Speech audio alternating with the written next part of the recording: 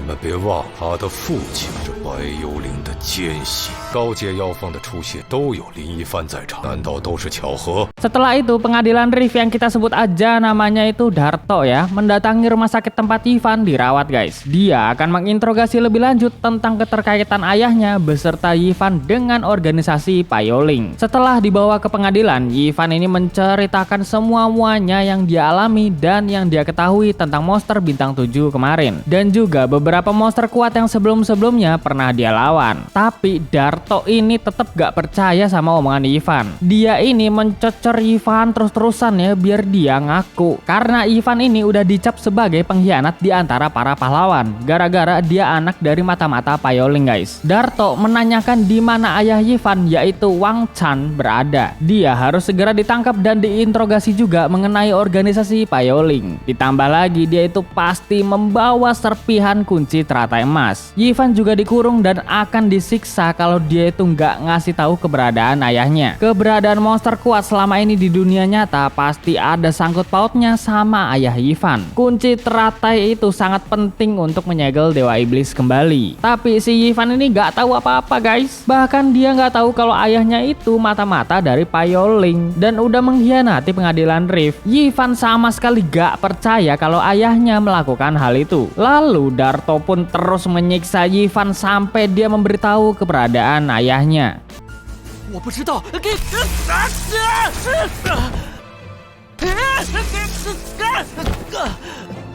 我没有背叛过天命之人。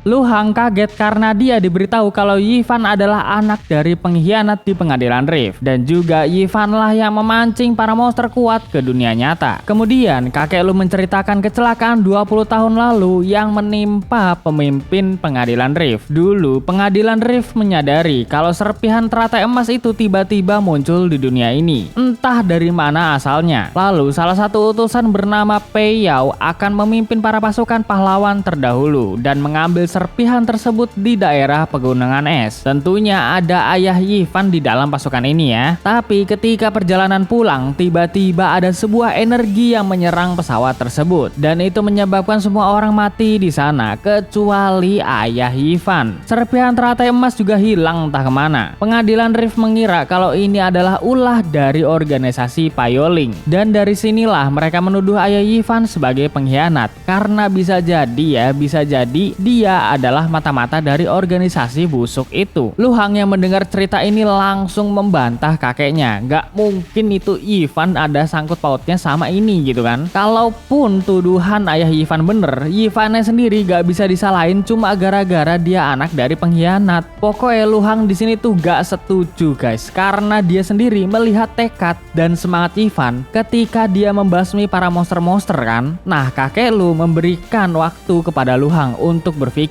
lebih utamain keselamatan 3 dunia atau temannya yaitu Ivan. Kalau lebih utamain keselamatan 3 dunia, Luhang gak perlu ikut campur masalah Ivan lagi dan jauhi dia. Jangan sampai nama keluarga lu jadi buruk gara-gara Ivan. 哪一个更重要？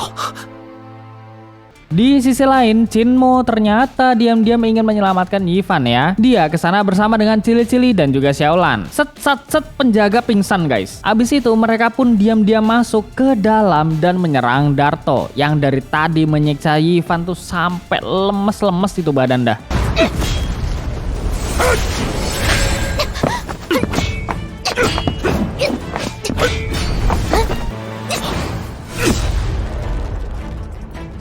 Ketika Cili-Cili berhasil melepas kurungan Ivan, Xiaolan juga ikut membantu Chinmo untuk melawan Darto. BTW ini scene lucu sumpah guys.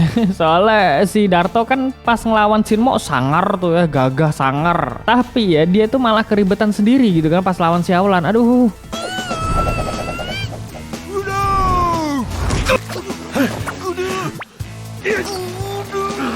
Darto bener-bener kesel sama mereka semua karena udah mengganggu tugas dari pengadilan Rift. Nah ketika Darto mau menangkap mereka semua, Chinmo berusaha mengurung Darto dan segera kabur dari sana. Tapi ternyata Darto dengan gampangnya lolos dari kurungan tersebut dan akan menyerang Chinmo. Lalu Seyao pun datang untuk menolong mereka.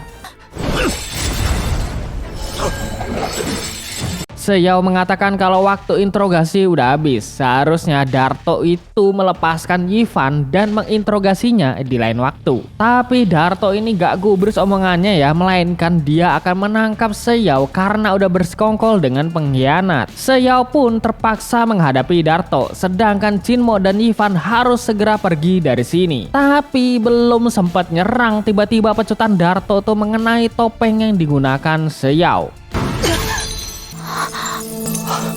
叶医生， Jinmo dan Yifan akhirnya mengetahui identitas dari Seyao. Dia adalah Dokter Yechu. Ya kalian bisa paham lah ya dari kemarin gitu kan. Kok Yechu sih? Yalah nggak usah di-cut ya guys ya. Males aku lagi buru-buru soalnya. Nah di sini Darto ngompor-ngomporin Yifan lagi kalau Yechi gabung ke dalam tim Yifan bukan karena mau berteman dengannya, tapi emang mau menyelidiki hal ini ya. Jelas Yechi itu bener-bener kesel sama omongannya Darto. Sebenarnya nggak kayak gitu guys. Lalu Yechi menyuruh mereka berdua untuk cepet-cepet pergi dari sini. 你自己小心。这是来真的！ 在那里，快抓住他们！站住！你为什么来救我？ 你救过我，我不想欠人情。你先走。 Yifan pun berhasil keluar dari tempat pengadilan Rift berkat perlindungan dari Jinmo dan juga Yechi. Tapi para pemain Rift lain udah pada berkumpul di sana. Mereka semua itu mendengar tuduhan yang diarahkan ke Yifan yang sebagai sebab kemunculan monster-monster di dunia nyata. Dan sekarang para pemain Rift jadi membencinya. Mereka udah gak support lagi sama pahlawan pendekar pedang. Anak pengkhianat gak pantas jadi pahlawan.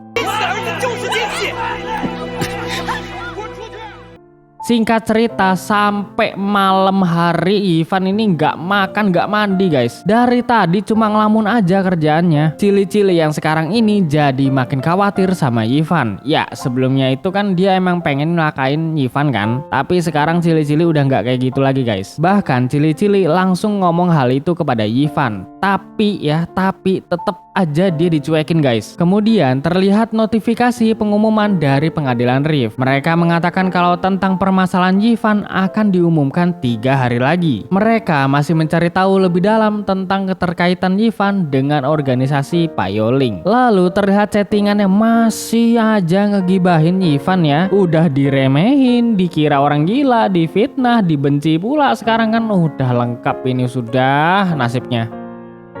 Di dalam dunia Rift, pemain-pemain lain itu masih heboh tentang Yifan guys. Mereka ingin nama pendekar pedang dihapus dari list pemain dan pahlawan. Sedangkan Lu Hang masih memikirkan tentang pilihan yang diberikan kakeknya. Dan singkatnya, Lu Hang membulatkan tekad untuk menyelamatkan Yifan dari tuduhan ini. Karena dia adalah temannya dan udah menjadi peran penting untuk menyelamatkan dunia. Sementara itu, Yechi masih berusaha mencari informasi tentang Yifan guys. Nah, sedangkan Jinmo sempat merenung sejenak kayak Lu Hang. Dan ternyata ya bunga mainan yang dikasih Yifan itu masih ada dong. Disimpennya sama Jinmo padahal awalnya dia nggak mau nerima loh. Rodok-rodok sundere ini ya. Kemudian Jinmo juga membulatkan tekad untuk menyelamatkan Yifan juga. Karena dia itu percaya kalau Yifan gak ada sangkut pautnya sama semua kejadian ini.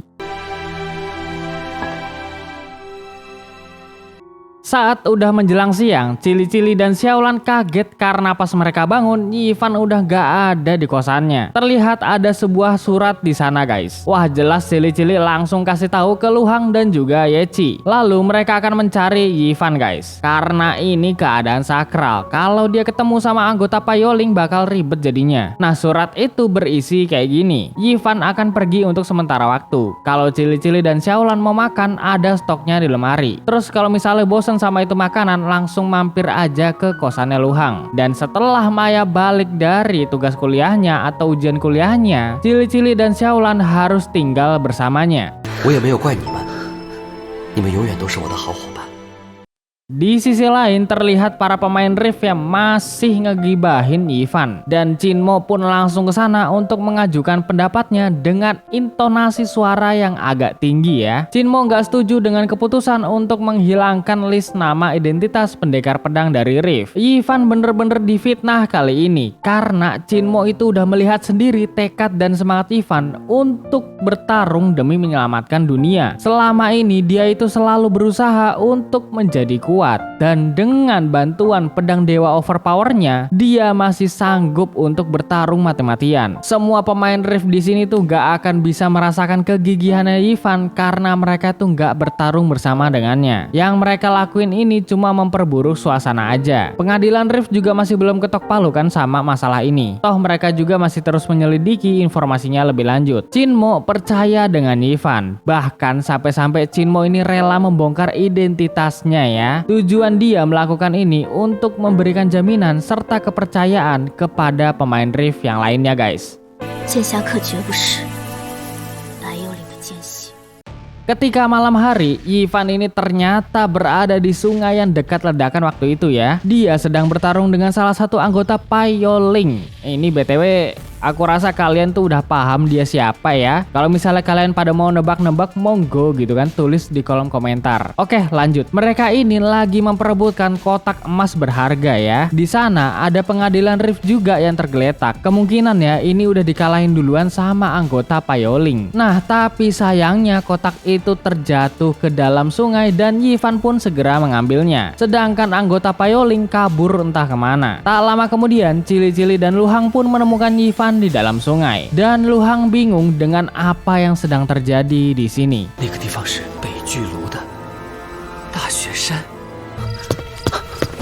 天书的人，怎么回事？